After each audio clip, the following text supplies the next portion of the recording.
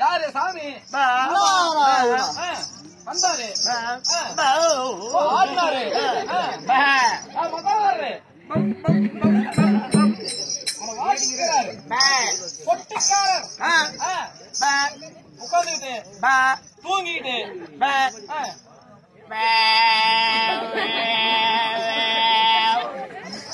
ஹார்மோனியத்தை வாசிக்கிறார் நம்ம கைசோடு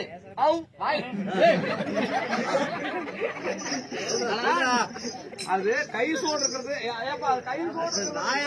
கை சோடு இல்ல அது வந்து நாயனமா அது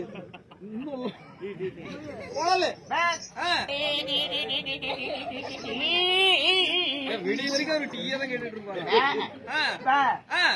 ஆமா நானு நாங்கள பின்னாடி